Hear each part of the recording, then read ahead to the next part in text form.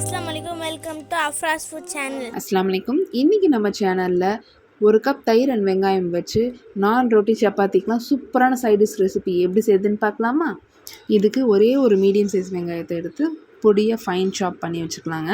அதுக்கப்புறம் ஒரு கப் தயிர் எடுத்திருக்கேன். நீங்கள் தயிர் இல்லாட்டி யோகர்ட் எது வேணால் யூஸ் பண்ணிக்கலாம்.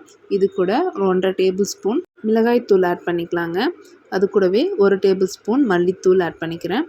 கூடவே அரை டீஸ்பூன் ஜீரகத்தூள், 3/4 டீஸ்பூன் கரம் மசாலா தூள் இது எல்லாத்தையும் ஆட் பண்ணி நல்லா அந்த தயிரோடு நல்லா பீட் பண்ணிக்கலாம். நல்லா மிக்ஸ் ஆயிடுச்சு. இதை ஒரு ஓரமாக எடுத்து வச்சுட்டு ஒரு கடாயை எடுத்து வச்சுக்கலாங்க. ஸ்டவ் ஆன் பண்ணிவிட்டு கடாய் சூடானதும் 2 ஸ்பூன் எண்ணெய் ஆட் பண்ணிக்கலாம். எண்ணெய் சூடானதும் அரை ஸ்பூன் கடுகு ஆட் பண்ணி நல்லா பொரிய விட்டுட்டு அடுத்தது அரை ஸ்பூன் ஜீரகம் ஆட் பண்ணிக்கிறேன். அதுவும் நல்லா பொரிஞ்சிருச்சு. இப்போ கட் பண்ணி வச்சுருக்க ஒரு வெங்காயத்தை ஆட் பண்ணிக்கலாம். இந்த வெங்காயம் நல்லா எண்ணெயிலேயே நல்லா செவக்க வதங்கணும். இந்த ரெசிபிக்கு தேவையான அளவுக்கு உப்பு நான் ஆட் பண்ணிக்கிறேங்க. ஒரு அரை ஸ்பூன் உப்பு ஆட் பண்ணிக்கிறேன்.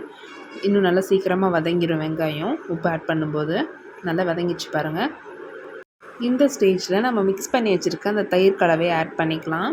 நல்லா கொதிக்க விட்டுடலாங்க.